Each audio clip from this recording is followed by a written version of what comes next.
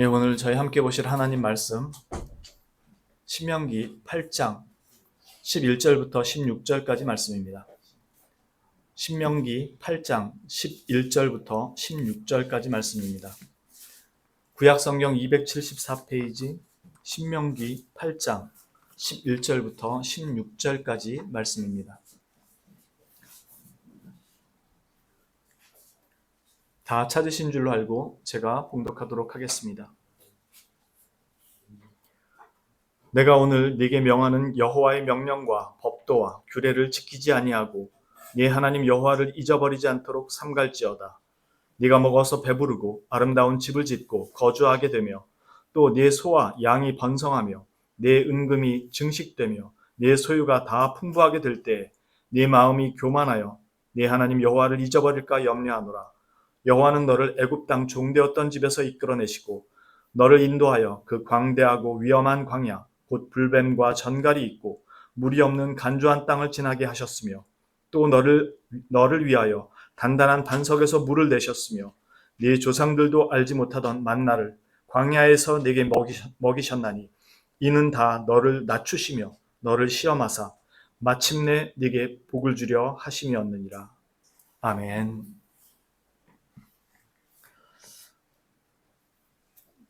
우리가 성경에서 추천할 만한 인생을 살다 간 사람이 물론 많이 있죠. 많이 있는데 우리가 기대하는 바로 봤을 때 그런 사람은 거의 없습니다. 유일하다면 아마 에녹 할아버지겠죠. 300년 넘게 하나님과 동행하며 살다가 그대로 하늘로 올라갔으니 그나마 제일 나은 편에 속하겠죠. 더욱이 히브리서에서는 이 에녹 할아버지에 대해서 하나님을 기쁘시게 하던 자라고 말합니다. 만약에 우리가 어떤 한 인생을 닮고 싶다면 아마도 이런 에녹과 같은 분을 닮고 싶지 다른 사람의 인생을 닮고 싶어 하지는 않을 겁니다. 왜냐하면 그 외 사람들은 아무리 훌륭한 믿음의 위인이라도 다 힘든 인생을 살다 간 것을 너무나 잘 알기 때문이죠. 물론 약속의 자녀로 살았고 은혜도 넘쳤지만 힘든 것도 사실이었거든요. 인류의 조상인 아담과 하와도 최고급 에덴 빌라에서 계약 파기로 쫓겨나게 됩니다. 노아도 당대의 의인이라 일컬음을 받지만 그의 인생에서 100년이란 시간을 방주만 만들다 가게 됩니다. 믿음의 조상이라고 불리는 아브라함이라고 별반 다르지 않습니다. 장돌뱅이도 아닌데 전국구가 아니라 전 세계적으로 유랑을 해야 했습니다. 심지어 약속의 땅인 가나안에 들어왔다가 기근 때문에 애국까지 다시 갔다 와야 했던 떠도는 인생을 삽니다. 그리고 왕들한테 자기 목숨이 위태로워서 아내까지 내어주는 그런 삶을 살기도 합니다. 이삭이라고 다르지 않습니다. 아브라함의 아들 이삭조차도 아브라함처럼 아내를 누이라고 속여야 했고 우물 때문에 다투어야 했고 사고뭉치 두 아들 에서와 야곱 때문에 속을 끓여야 했고 그나마 한 아들마저 떠나보내야 했습니다.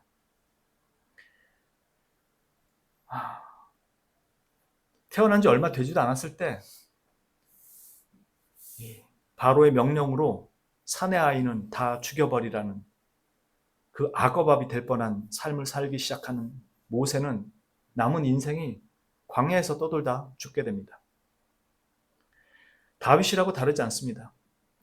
사울 때문에 도망 다녀야 했고 한순간의 정력으로 밧세바와 간음함으로 말미암아 그 결과로 자기 아들이 또 다른 아들을 죽이는 걸 목도해야 했고 그 아들과 전쟁을 치러야 했고 그 아들이 자신의 후궁들을 겁탈하는 것을 온 백성이 지켜봐야 했습니다.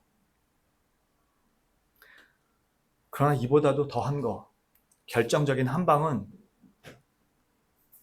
하나님의 아들, 성자 하나님이 이 땅에 와서 자기 백성한테 모진 고문을 받을 뿐만 아니라 침뱉음과 따귀와 모멸과 비난과 신성모독이라는 모든 그 악한 말들을 들어가며 조용히 죽어가는 인생을 살다 갑니다. 그분은 아무 죄가 없으셨고 오셔서 죽으셔야 할 이유도 없으셨지만 삼위 하나님의 은혜와 사랑의 작정 가운데 스스로 이 땅에 5대 독자, 10대 독자가 아닌 영원부터 영원까지 단 한 분뿐인, 그것도 사람이 아닌 하나님이 직접 오셔서 스스로 그 모든 고난과 수모를 감당하고 죽으십니다. 우리가 걸어가는 인생길의 가장 확실한 모범 코스입니다. 그게 하나님이 우리의 인생길을 인도하는 코스입니다. 왜냐하면 그분은 그 죽음의 끝에서 부활의 영광과 하늘의 모든 권세를 받으셨습니다. 그리고 그분을 통해 그분의 백성에게 이와 같은 영광이 주어집니다. 그 영광의 약속이 보장되어 있는 것은 분명하지만 그 과정은 그냥 타임캡슐 타고 시공간을 건너뛰어 가지 않습니다. 오늘 우리가 신명기 말씀을 통해서 보고자 하는 것이 그것입니다. 우리가 기대하는 인생 코스는 산 넘고 물 건너 가야 하는 그런 코스는 더더욱 아닐 뿐더러 설사 그게 호수 둘레길이라도 싫어합니다.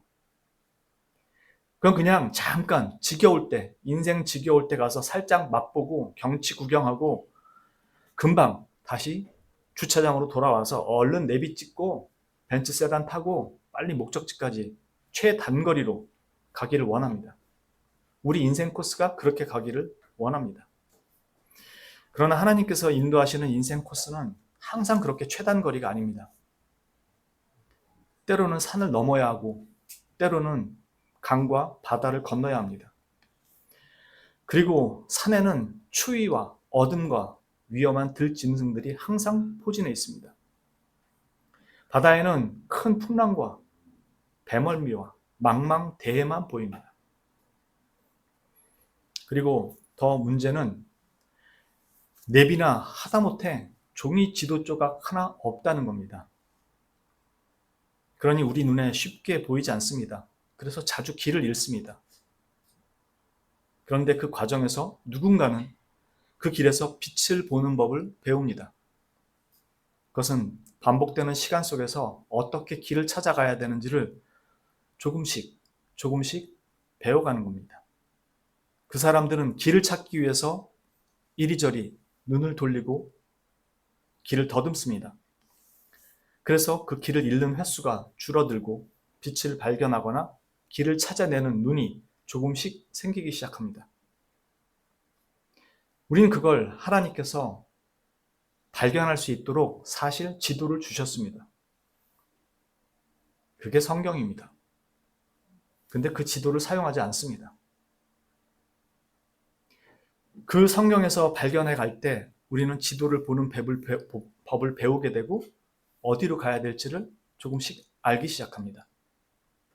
처음엔 어색하고 실수도 많고 낭패도 겪지만 그 길을 찾아가기를 원하는 사람은 조금씩 배워가게 됩니다. 왜냐하면 하나님께서 인도하고 계시기 때문에.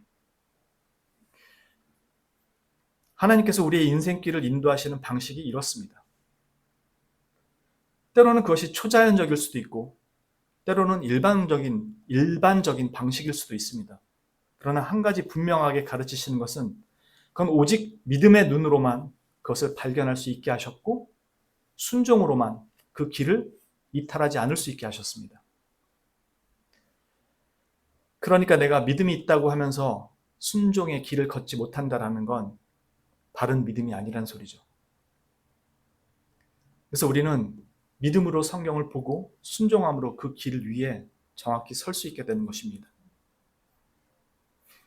뭔가를 좀 알았다고 마치 자신의 신앙이 대단히 성숙하기라도 한 것처럼 그렇게 시건방을 떨게 되면 반드시 길을 잃게 됩니다. 시건방 떠는 사람들은 어떤 사람들인가요? 주변에서 많이 볼 수 있습니다. 항상 앞서가는 사람들입니다. 하나님은 움직이시지 않는데 자기가 뭔가를 다 알아서 여기까지 온 것처럼 착각해서 하나님보다 앞서가는 경우가 대부분입니다. 그렇게 우리는 자기 잘난 맛에 자기 가야 할 길을 그렇게 잃어버립니다. 그리고서는 뭐라고 얘기하냐면 나머지 길도 믿음으로 열어주십시오 라고 하면서 때를 씁니다. 마치 자기가 거기까지 온 게 자기 믿음 때문인 것처럼. 그러면서 안 보이는 이 길도 열어달라고 믿음으로. 그래서 어떤 사람들은 마치 눈에 덮여서 한 치 앞도 분간이 안 되는 그 길에서 어떤 길을 찾아온 게 마치 자신이 길을 잘 알아서 찾아온 것처럼, 자기가 혼자 똑똑해서 그 길을 찾아온 것처럼 여기는 사람들이 있는데 그 사람들은 나중에 다 박수무당이 됩니다. 하나님의 인도하심에 대해서 자신의 해석을 구구절절 늘어놓습니다. 자기가 다 안 것처럼, 마치 하나님에 대해서 다 알기라도 한 것처럼. 성경을 아는 사람은 그렇게 말합니다. 성경을 들여다보면 들여다볼수록 내가 무지하다라는 것을 깨달을 뿐이라고요. 내가 하나님을 얼마나 모른다라는 걸 더 깊게 깨닫는 게 성경 공부를 하는 결과입니다. 더 많이 아는 게 아니라. 하나님을 더 많이 안다라는 건 올바른 성경적 표현을 하자면 오직 은혜만 필요합니다. 오직 은혜가 필요합니다. 로 귀결되는 단 하나입니다. 그러나 인생의 대부분의 실패는 아까 말씀드린 것처럼 하나님보다 앞서가는 경우입니다. 그리고 이 경우는 모든 어려운 그런 난감스러운 그런 상황을 자신의 지혜로, 자신의 능력으로 벗어나려는 일들로부터 시작이 됩니다. 마치 늑대 피하려다 호랑이 만나는 격이죠. 그리고는 그런 역경들은 믿음으로 물러가라! 주 예수의 이름으로 명하노니 물러가라! 그렇게 죽자고 외쳐댑니다. 그게 신앙이라고 생각하고요. 하나님은 우리의 인생에서 무엇을 의지해야 하는지를 그것을 가르치고 계신 겁니다. 계획은 자기가 세우는 것이 아니라 주님께서 세우시는 것이고 우리는 그저 순종하며 가는 것이라는 것을 알게 하십니다. 철저히 자신을 꺾는 자리로 우리를 훈련시키는 겁니다. 왜냐하면 우리의 결정보다, 우리의 판단보다 하나님의 결정과 인도가 가장 정확하다는 것을 배우게 하시는 것이기 때문입니다. 지금 이스라엘에게 모세는 그것을 다시 한번 강조하고 있는 겁니다.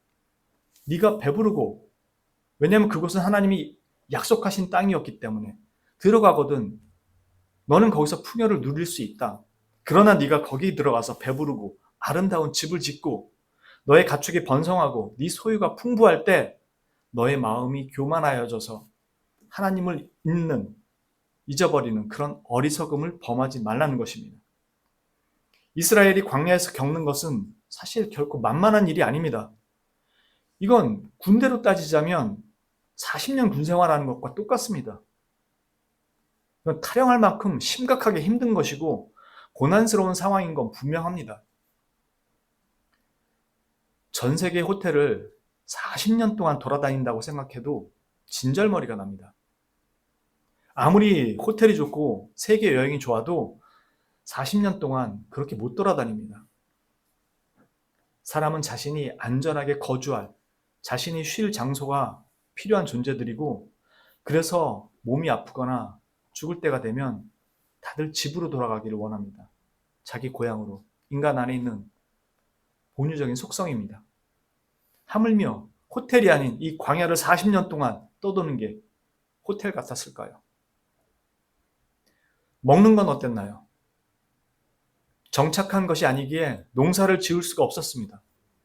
한마디로 안정적인 생활 여건이 아니었다는 뜻입니다. 그래서 그들에게는 만나와 메추라기만 있을 뿐이었습니다. 그러다 보니 만나에 대해서 말하기를 출애굽기에 처음 나올 때 만나를 언급할 때는 꿀 섞은 과자 같았다고 얘기합니다.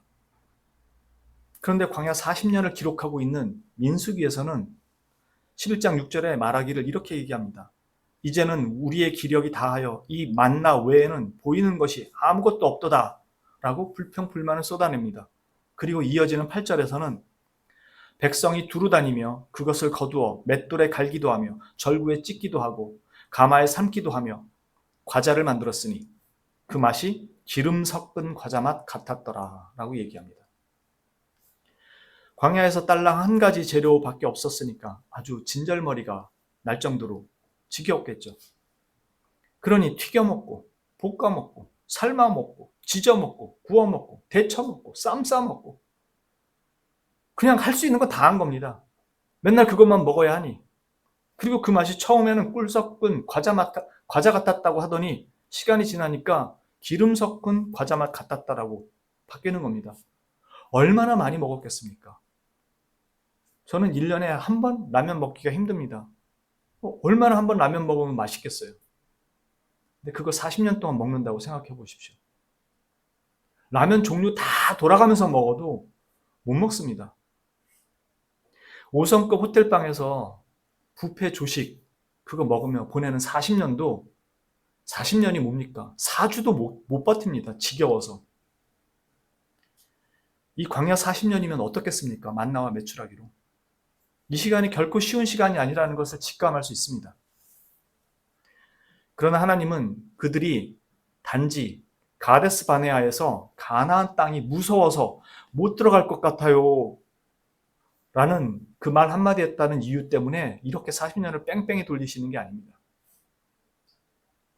그건 그들이 결국 하나님을 온전하게 의존하는 게 무엇인지를 그들에게 가르쳐 주기 위해서 그 과정을 훈련시키시는 겁니다. 그들이 편안하고 풍족해졌을 때 다시 말해서 다시는 이런 문제로 하나님께 기도할 일이 없게 해주세요라는 그런 기도를 올리지 못하도록 우리의 욕심 아닙니까? 하나님 이번에 이렇게 하면 대박 나게 해주세요. 저 전 재산 걸렸습니다. 그게 우리가 하나님을 섬기는 이유인 거잖아요. 그거 못하게 하신다는 겁니다. 왜? 그거 채워주면 2번 다시는 주님 앞에 기도할 일이 없어지니까. 그걸로 평생 살면 되니까. 하나님이 최우선이 아니라 하나님으로부터 내가 평생 살 수 있는 뭔가를 얻어내는 게 신앙이 되어버린 거죠. 그건 이스라엘에게 있어서 복이 아니라 재앙과 같습니다. 스스로 고통의 길에 들어서는 셈이니까요. 이 문제에 대해서 2절부터 그렇게 얘기합니다. 네 하나님 여호와께서 이 40년 동안에 네게 광야 길을 걷게 하신 것을 기억하라. 이는 너를 낮추시며 너를 시험하사 네 마음이 어떠한지 그 명령을 지키는지 지키지 않는지 알려 하심이라. 너를 낮추시며 너를 줄이게 하시며 또 너도 알지 못하며 네 조상들도 알지 못하던 만나를 네게 먹이신 것은 사람이 떡으로만 사는 것이 아니요 여호와의 입에서 나오는 모든 말씀으로 사는 줄을 네가 알게 하려 하심이니라. 그리고 14절 이하 오늘 말씀도 동일한 말씀을 하시죠. 15절입니다. 너를 인도하여 그 광대하고 위험한 광야 곧 불뱀과 전갈이 있고 물이 없는 간조한 땅을 지나게 하셨으며 또 너를 위하여 단단한 반석에서 물을 내셨으며 네 조상들도 알지 못하던 만나를 광야에서 내게 먹이셨나니 이는 다 너를 낮추시며 너를 시험하사 라고 말씀합니다. 즉 그들 인생 코스가 결코 쉬운 걸음을 걷지 않았음을 너무나도 잘 보여줍니다. 그러나 그것은 결코 하나님을 잊지 말고 어떤 상황에서도 하나님을 의지하는 법, 하나님이 최우선이 되는 삶, 곧 믿음을 가질 수 있도록 하기 위한 인도의 과정이었습니다. 하나님을 여러분들 오해하지 마십시오.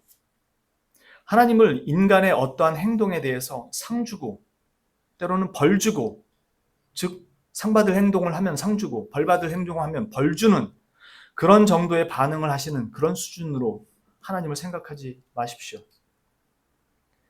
하나님의 뜻과 그 실행은 절대적으로 그분의 성품의 기초에서 나타나고 실행됩니다.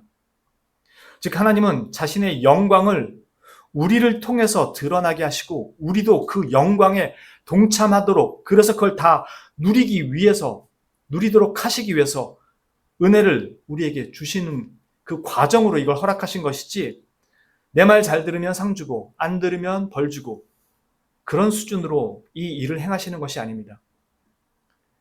우리가 하나님의 성품을 알지 못하면 우린 결국 하나님한테 사탕 얻어내기 위해서 앵벌이를 해야 되는 그런 신세로 전락하는 인간이 될 뿐입니다.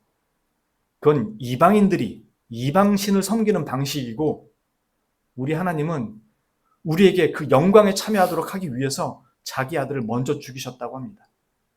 그게 하나님의 성품이고, 그 성품 아래에서 지금 이스라엘이 왜 광야를 떠돌고 있고 어떻게 그 광야를 걷고 있는지를 볼 수 있어야 한다는 것입니다. 이렇게 인도하는 길이 가장 정확한 인생길이기 때문에 그렇습니다. 이것이 광야의 핵심입니다. 시작은 그들의 불신으로부터 시작된 것이었고 그들의 불순종 때문에 일어난 광야 걸음입니다. 하나님이 훈련시키겠다고 거기다 데려다 놓으신 게 아니고요. 그들이 순종했다면 바로 가나안 땅에 들어가는 거였습니다. 가데스 바네아에서 가나안 땅에 사는 그들을 정탐하고 돌아와서 그 땅이 과연 좋은 땅인 것은 우리가 확인을 했는데, 우리가 들어가서 차지하기에는 상대가 너무 거대하다. 그러니까 우리 그냥 일반적인 평범한 땅에서 살자라고 얘기했던 겁니다. 거기에 대해서 하나님이 그래? 그따구로 할래? 그래, 뭐 어디 맛 좀 봐. 40년 지나면 니들이 정신 차릴 거야. 그 의도로 광야로 보낸 게 아니라는 겁니다. 광야를 보낸 이유는 내가 거기다 반드시 넣겠다. 반드시 넣겠다. 그 약속으로 광야에 보낸 겁니다. 그걸 이해할 수 있어야 된다는 겁니다. 근데 우리는 어떻게 한다고요? 아니, 나는 그 벤츠 타고 고속도로 위에서 내비 찍고 바로 갈 테니까, 딴 데 한우 안 팔고 바로 갈 테니까 주님 빨리 차키 주세요. 내비하고 다. 그걸 요구한다는 거죠, 우리는. 근데 우린 그 차를 타고 거기 올라가면 바로 거기로 안 가고 오만 곳을 다 들려서 산 구경, 들 구경 다 하고 거기 간다고. 세계 일주 다 하고. 그래서 하나님이 원하시는 자리에 절대로 못 간다고요. 그래서 하나님은 반드시 거기에 넣기 위해서 이 광야의 과정을 겪게 하신 거라고요. 그리고 그 광야의 과정에 들어갈 때는 하나님이 밀어넣은 게 아니라 그들 스스로가 거기 안 들어가겠다고 한 거였다고요. 하나님이 뭐라고 하셨냐면 이 땅은 내가 너희에게 준 약속의 땅이라고 했습니다. 하나님이 자신의 명예를 걸고. 들어가지도 않았는데 과거형으로 쓴다고요. 이미 주었다라고. 그걸 불신한 겁니다. 가서 눈으로 보고 왔고 분명 약속하신 땅이 맞는데 눈에 보이는 적군들은 무섭다는 거죠. 그런데 하나님이 생뚱맞은 사람들을 여기다 넣은 게 아니라 애굽 땅에서부터 모든 이적들을 다 보이시고 거기까지 데려왔는데도 불구하고 무서워서 못 가겠다고 했던 겁니다. 오히려 그들은, 그 땅에 있는 사람들은 전부 다 악한 죄인들이었습니다. 그 죄인들을 두려워합니다. 다 멸망받을 사람들인데 그걸 두려워한 겁니다. 자신들의 눈에 기골이 장대하다는 이유로. 그들이 정탐하고 온 정보는 그들의 지성을 오히려 어둡게 해버렸고, 어두워진 지성으로 말미암아 공포심을 가지고 두려움에 빠지게 되고, 그러다 보니까 그들의 의지는 들어가는 게 아니라 돌이키는 대로 꺾여버립니다. 이게 믿음입니다.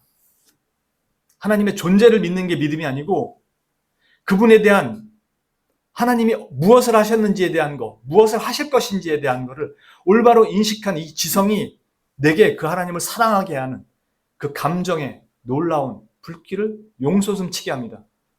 왜요? 이 안에 생명이 새롭게 살아났기 때문에. 그래서 그 지성과 감정이 나로 하여금 하나님을 사랑하고 그분의 말을 순종하는 의지를 불러일으킵니다. 우리 안에서 역사하시는 성령 하나님께서요. 이걸 우리가 믿음이라고 하고 이걸 구원받은 사람이라고 얘기하는 겁니다. 이 과정을 지금 하나님께서 이스라엘에게 훈련을 시키고 계신 겁니다. 그들의 지성과 감정과 의지는 눈에 보이는 정보와 데이터만으로 판단되고, 그래서 두려움에 휩싸이고 불신에 이르는 불순종이라는 부패한 의지를 보이게 됩니다. 전부 그들의 눈에 보인 그대로 판단한 겁니다. 그런데 3절에는 뭐라고 되어 있죠? 너를 낮추시며 너를 줄이게 하시며 또 너도 알지 못하며 네 조상들도 알지 못하던 만나를 네게 먹이신 것은 사람이 떡으로만 사는 것이 아니요 여호와 입에서 나오는 모든 말씀으로 사는 줄을 네가 알게 하려 하심이니라. 이것은 이스라엘이 살아가는 방식은 눈에 보이고 만져지고 느껴지는 이런 육체적인 감각들에 의존하는 삶만을 사는 것을 말하는 것이 아니라 실제로 그들의 삶을 주관하시는 하나님이 어떠한 분이신 것을 배우는 과정이었고 그것의 실체가 바로 하나님의 말씀을 따라 살아가는 것이라는 것을 가르치는 것이었습니다. 이것은 단지 교훈이라는 측면이 아니라 그 말씀이 실체고 그 말씀이 너희를 살리기도 하고 죽이기도 한다는 것을, 진정한 하나님의 권능과 영광이 그 속에서 나타난다는 것을 보이는 것이었습니다. 그래서 말씀으로 살아가는 법을 올바로 배우도록 하기 위함이었습니다. 즉, 교만하지 않고 순종하고 신뢰 속에서 살아가도록 하시는 그 방편이 하나님의 말씀이라는 것을 통해 가르치고 배우게 하는 시간이었습니다. 그리고 그 결과로 무엇을 주시기 위함이었다고 하죠? 16절에 그렇게 말씀합니다. 이는 다 너를 낮추시며 너를 시험하사 마침내 네게 복을 주려 하심이었느니라. 이게 우리가 하나님께 복을 받는 방편이고 과정이라고 하시는 말씀인 겁니다. 우리가 기대하고 이해하는 방식은 하나님을 잘 감동시키면 복을 받을 것이다 라는 종교적 그 생각만 남아서 한 40일 금식기도 빡세게 한번 하고 하면 뭔가 큰 거 하나 얻어낼만 할 것 같은 그런 생각을 가지지만 하나님의 방식은 40년 광야 생활 속에서 얻는 것이라고 말씀합니다. 우리는 어떻게 해요? 집 한 채 팔아가지고 헌금 한번 크게 하고 40일 금식 기도해가지고 한번 나무 뿌리 한번 뽑아보고 뭔가 대단한 종교적인 거, 명분이 그럴듯한 거 하나 걸어서 하나님께 바치면 그 결과로 무언가를 얻을 수 있을 거라고 생각하는 그런 착각 속에서 신앙생활을 해간다는 겁니다. 여러분 성경 읽기 쉬우시던가요? 하루에 3장밖에 안 읽는 건데도 여러분 소설 읽으려면 금방 읽잖아요. 근데 이 성경 읽는 거 하루에 3장 읽는 것도 대단히 어렵습니다. 여러분 그거 아세요? 폴 워셔 목사가 얘기했는지 누가 얘기했는지 잘 기억은 안 나는데 이분들도 자기도 성경 읽는 게 어렵다고 얘기합니다. 결코 쉽지 않습니다. 읽으면 분명 좋은데, 그죠? 읽으면 좋아요. 아침에 일어나서 또 다음을 읽으려면 너무 귀찮아요. 너무 싫어요. 근데 읽으면 또 좋아요. 이걸 끊임없이 반복해가는 겁니다. 운동선수가 근육을 단련하고 키우는 과정이 있죠. 누가 금메달을 따고 누가 최우수 선수가 되죠? 이 과정을 견뎌낸 사람이 하는 겁니다. 왜요? 근육이란 계속 운동을 해서 찢는 겁니다. 그리고 그 안에 물과 단백질로 채우는 거예요. 그게 아물면 이렇게 펌핑이 되는 거고 그걸 또 찢어서 더 펌핑을 시키는 거고 이 고단하고 힘든 과정을 이 운동선수들은 계속해 가는 겁니다. 그래서 몸이 자연적으로 반응하도록 끊임없이 반복적으로 연습하는 겁니다. 좋다는 걸 알지만 매번 아침마다 그 다음을 이어가는 것이 마냥 쉽지가 않습니다. 이것이 우리에게 필요하다고 하는 하나님의 방식입니다. 근데 우리는 그걸 아주 쉽게 얻으려고 합니다. 이게 힘들고 어려운 사람들이 선호하는 방식이 바로 이적입니다. 초월적인 하나님의 능력으로 한 방에 해결되는 거. 그래서 기도 많이 하고 금식하고 이런 걸로 그걸 다 쉽게 얻어내려고 하는 겁니다. 기도는요, 이 시간을 살아야 되기 때문에 하는 겁니다.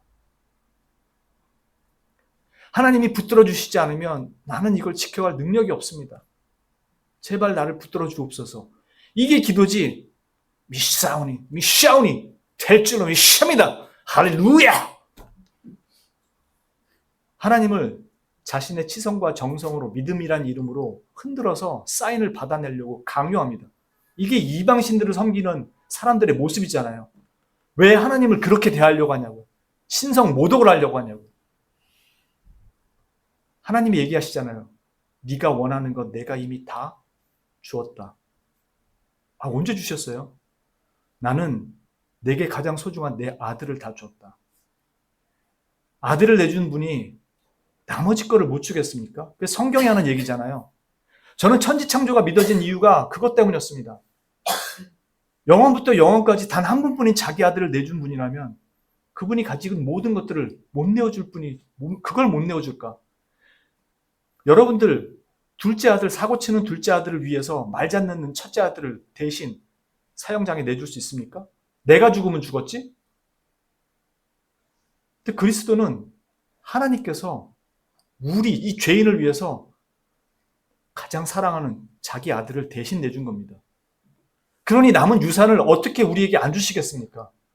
그걸 이미 잃었다고 얘기하시는 겁니다. 그리고 너에게 그걸 줬다고 약속하시는 겁니다. 네가 안 믿을 뿐이지. 그래서 우리에게 광야길은 보장된 약속 하늘나라를 들어가는 인생의 여정일 뿐입니다.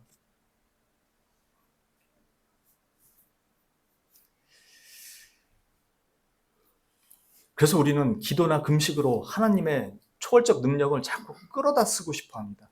쉽게 가고 싶어 하고, 그게 하나님이라고 생각하고. 그러나 성경적인 하나님의 인도 코스는 이 올레길이나 둘레길 같은 곳이 아닙니다. 경치가 좋은 것이 아니라 한참 갔는데 뒤로 물러설 수 없는 막다른 낭떠러지 길 위에 서 있을 때가 훨씬 더 많습니다. 그래서 죽지 못해 살려달라고 하나님을 찾아야만 하는 그 길에 우리가 서게 되는 걸 봅니다. 물론 거기까지는 우리 스스로가 다 선택해서 들어갑니다. 우리 욕심으로. 그런데 하나님은 우리를 훈련시키기 위해서 그 죄악들을 참아주시고 그 훈련의 과정들에 들어가는 길을 옆에서 보호하시면서 갑니다. 낭떠러지를 길을 우리가 들어섰지만 우리는 그게 큰 길이라고 생각하고 갔는데 가다 보니까 한 발자국도 뗄 수 없는 좁은 낭떠러지 길입니다. 갈 때는 성큼성큼 갔는데. 그러나 우리의 모든 연약함과 실수도 놀랍게도 하나님의 놀라운 결말 앞에서는 아무 장애가 되지 않는다라는 걸 그분을 붙들기 시작할 때 깨닫게 됩니다. 그분은 우리를 적절히 타협해서 데려가시는 것이 아니라 하나님의 거룩한 백성으로 삼고자 자기 아들을 내어주신 분이기에 그 길은 쉽지 않습니다. 왜냐하면 그 거룩한 아들을 닮아가는 길로 우리를 부르고 있기 때문에요. 그분도 그 막다른 길이 우리를 인도하는 최적의 자리라고 결정하시고 인도하시는 겁니다. 그곳에서 우리가 떨어지지 않도록 우리는 못 보지만 그 옆에서 돌보면서 그렇게 동행하고 계신 겁니다. 그렇기 때문에 우리는 그 길에서 두려움과 불신에 허덕여야 하는 것이 아니라 오히려 기대와 설렘으로 그 길을 가면서 볼 수 있어야 됩니다. 회피해야 되는 것이 아니라 그 낭떠러지 같은 막다른 길에서 반드시 나를 건져내실 그 하나님, 함께 하시는 그 하나님, 언젠가 저 끝에서 조우할 그 하나님에 대한 기대와 설렘으로 그 시간들을 견딜 수 있어야 합니다. 하나님께서 그것을 원하시는 겁니다. 하나님에 대한 절대적인 신뢰. 반드시 나를 이곳에서 건져내시고 잘못된 나의 신앙을 더욱 새롭게 일으키실 것이라는 그 믿음으로 그 낭떠러지 같은 그 막다른 길에서도 눈을 들어서 우리는 바로 애굽 군대에서 그들을 지켜내고 인도했던 그 하나님의 구름 기둥과 불 기둥을 볼 수 있어야 하는 겁니다. 그 기대를 가질 수 있어야 하는 겁니다. 내 눈에 구름 기둥과 불 기둥이 안 보여도 이미 이스라엘 통해서 하신 그 일을 약속하셨기 때문에 나는 그 영적 이스라엘인이기 때문에 내게도 동일하게 그걸 하실 것이라는 것을 눈에 보이지 않지만 기대를 가지고 갈 수 있어야 하는 것입니다. 우리에게 그 믿음이 없지 않습니까? 그래서 그 과정을 가도록 훈련시키시는 겁니다. 이 연약한 믿음을 키워가는 과정으로. 내 소망대로 해줄 것이 믿음이 아니라 주님의 뜻에 맞는, 나를 맞춰가는 그 길을 믿음이라고 얘기하는 겁니다. 때로 우리는 그 길에서도 우리의 완악함으로 실패할 수 있습니다. 그러나 그 결말은 실패가 없습니다. 그래서 혹여 이제 좀 더 나아갔다고 생각하는, 더 나아졌다고 생각하는 그 한 발조차도 때로는 실패일 수 있고 불신과 두려움에 처할 때도 있습니다. 그 결말은 그러나 그리스도 안에서 약속되어 있고 확정된 것을 믿고 나아가도록 하십니다. 우리는 그렇게 매번 광야에서 이런저런 선택과 실패 속에서 주님의 뜻을 알아가고 발견해가며 그것에 맞춰가는 법을 배우고 그렇게 전적으로 그분을 신뢰할 수 있도록 주님이 친히 그 걸음을 인도합니다. 편한 호텔방과 뷔페 조식이 아니라 광야에서 만나와 매출하기로 40년 광야 생활을 견딘 것처럼요. 그리고 그 끝자락에서 가나안에 들어갈 때 비로소 주를 송축하고 찬송하는 그 입술이 온 마음과 온 영혼으로 온전하게 드려질 수 있게 하는 겁니다. 광야 1년부터 40년 끝까지 이스라엘은 수도 없이 변하지만 단 한 번도 변함이 없으신 그 하나님 앞에 스스로 순종하며 겸손하게 하십니다. 우리는 그 과정이 없이 늘 고속도로 위로 편안하게 최단 코스로 가기를 원합니다. 주님을 볼 여유도 없고 그냥 목적지로 드립다 냅다 달려가고 싶어 할 뿐입니다. 그런데 그 옆좌석에서 우리를 돌보시고 바라보고 계시는 주님은 잘 보지 못합니다. 그래서 우리가 잘못된 길을 갈 때 주님이 옆에서 핸들을 바로 잡아주시는 겁니다. 이 신명기는 이미 우리보다 앞서 그 과정을 살아간 믿음의 선조들의 여정을 주님의 한결같으신 신실하심과 선하심을 통해서 확인시켜주는 말씀입니다. 어떻게 광야 40년 생활이 선하고 신실하다고 말할 수 있습니까? 가나안은 약속의 땅입니다. 그걸 거절한 건 이스라엘이었고요. 우리도 그 약속을 받았는데 우리도 지금 그걸 거절하고 자꾸 이렇게 살고 있는 겁니다. 이러고 사는 게 좋아서 애굽으로 안 가겠다고 버팅기고 있는 거고, 일단 홍해는 건넜으니까 햇살 좋은 해변가에서 텐트 치고 일광욕 하면서 남은 삶을 살고 싶다는 겁니다. 그렇게 유유자적. 그런데 그 거절에 대해서 하나님이 몰살을 시키지 않으신다는 겁니다. 모세의 중재로. 모세는 그리스도의 예표와도 같습니다. 여러분들 혹시 오해하실까 말씀드리는데 광야 1세대 광야에서 다 죽었다 그래서 그 사람들 지옥 간 거 아닙니다. 그 가운데 믿음을 가진 사람들은 다 주님의 은혜로 주님 나라에 들어가지. 하나님의 그 인도를 거부했던 그들을 광야에서 40년을 살게 합니다. 안 죽인 건 모세의 중재 때문이었습니다. 모세는 그리스도의 예표와 같습니다. 하나님께서 모세의 중재의 은혜를 베푸시고 그들의 후손들이 결국 약속의 땅으로 들어가도록 돌보시고 지켜주십니다. 마치 출애굽 1세대 곧 옛사람은 죽어야만 했고 2세대 새 사람만이 들어가야 했던 것처럼 이 광야 40년이 여러분 보시기에 너무한 처사인가요? 여러분은 광야 40년으로 안 내몰릴 수 있을 거라고 생각되십니까? 우리가 하나님께 너무한 게 아닌가요? 하나님은 가나안을 약속하셨고 데려오셨고 인도하셨지만 그들 스스로가 불신으로 불순종합니다. 그런데 하나님의 은혜는 걷어지지 않습니다. 그리고 그들은 결국 약속의 땅으로 들어갑니다. 그들이 이 약속의 땅으로 들어갔다면 우리도 이 약속을 받은 자들이기 때문에 우리도 반드시 그 땅에 들어갈 것을 믿어 의심치 마십시오. 그건 그리스도를 통해서 확증된 약속입니다. 그분의 죽음으로 인쳐진 겁니다. 물릴 수 없는 약속이란 뜻입니다. 우리는 신명기 당시 이스라엘이 아니라 이 당시 이스라엘이 아니라 이미 그리스도로 말미암아 완성된 약속을, 성취된 약속을 성령의 보증으로 확증받은 자들입니다. 그래서 자신의 믿음이 연약하다고, 자신의 믿음이 흔들린다고 해서 두려워할 게 아니라 그리스도의 죽음과 부활로 확증된 약속을 가진 사람이라는 것을 그리스도의 죽음 안에 두고, 우리의 믿음을 죽음과 부활 안에 두고 가는 겁니다. 내 믿음이 좋아서 끝까지 가는 게 아니라 그걸 성취하기 위해서 오신 그리스도의 죽으심과 부활이 그걸 완성했기 때문에 거기에 우리의 믿음을 두고 가는 겁니다. 우리의 길은 수시로 넘어지지만 그분이 이걸 완성하셨다는 것을 믿고 가는 겁니다. 그래서 내 안에서 자격을 발견하는 게 아니라 그리스도 안에서 나의 자격이 이미 성취됐다는 걸 발견하고 가는 겁니다. 이게 그리스도인이 믿는 믿음입니다. 자신의 신념, 자신의 확신이 아니라. 세상에서는 그렇게 얘기하죠. 너 믿음이 있다며. 믿음 있으면 뭐뭐 해봐.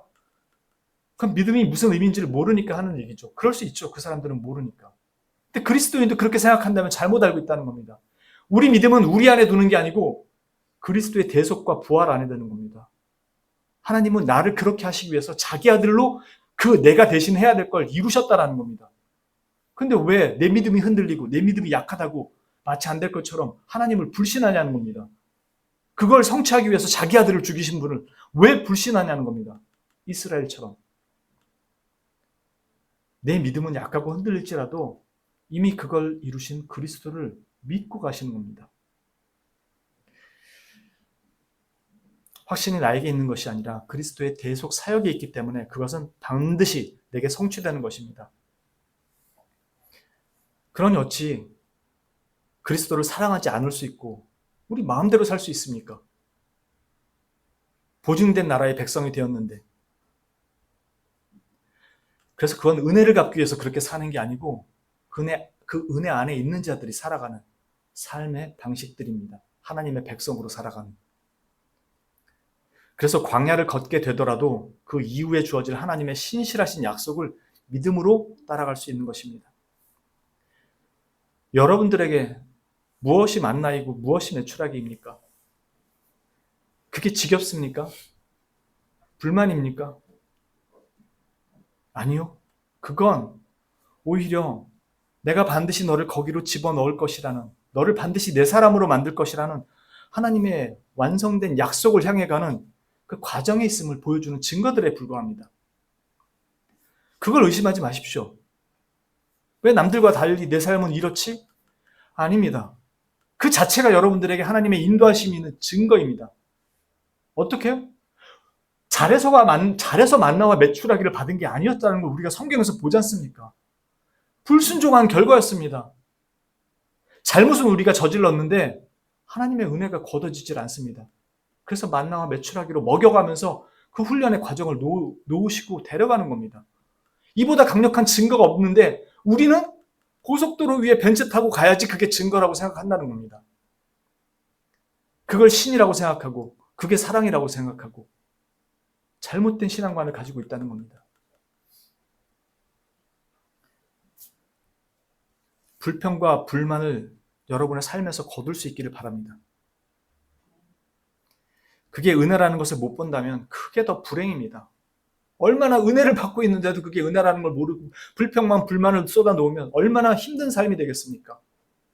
나는 비록 잘못해서 잘못된 선택을 했을지라도 그 길을 인도하고 계신 하나님의 사랑과 은혜가 포기되지 않았다는 걸 깨닫는다면 그게 얼마나 감사합니까? 그게 왜 불만이 됩니까? 하나님 어떻게 이러실 수 있어요? 나는 하나님을 위해서 이런다고 다 했는데. 그건 하나님을 자신이 먼저 배반한 걸 모르기 때문입니다. 하나님이 뭘 원하시는지를 모르고 내가 원하는 걸 믿음으로 타내려고 했던 결과들인 거죠. 하나님은 말씀합니다. 그 과정을 통해서 마침내 내게 복을 주고자 하시는 그 하나님의 한결같으심과 권능과 우리를 향한 그 변함없는 사랑을 발견하라는 것입니다. 이걸 이 하나님의 성품을 드러내는 것은 보지 못하고 아, 말 잘 들으면 상 주고 말 안 들으면 이게 벌 받는구나. 아이고, 말 잘 들어야지. 오늘의 큐티, 오늘의 묵상. 이러면 지금 우리가 성경을 똑바로 읽었다고 얘기할 수 있냐는 겁니다. 이 성경에서 발견해야 되는 것이 무엇인지가 너무나 명확한데 그걸 발견할 수 있어야 믿음으로 이 고단한 삶들을 감사 속에서 갈 수 있죠. 그렇지 않으면 항상 하나님과 딜을 해야 되지 않습니까? 뭘 만족시켜서 상을 타낼까? 저와 여러분 모두가 한치도 모르는 우리의 인생길에서 그것도 순탄하지도 평탄하지도 않은 광야 같은 인생길에서 어디가 되었건 무엇이 되었건 어떻게 되었건 주님의 인도를 믿음의 눈으로 바라보고 내 눈에 보이지 않지만 주님의 불기둥과 구름기둥이 돌보고 있다라는 그 믿음을, 그 확신을 가지고 순종의 자리를 지켜가며 마침내 여러분에게 복을 주시고자 하는 그 주님의 은혜의 인도를 일상의 삶에서 그렇게 은혜 가운데 확인하며 살아가실 수 있기를 진심으로 소망합니다.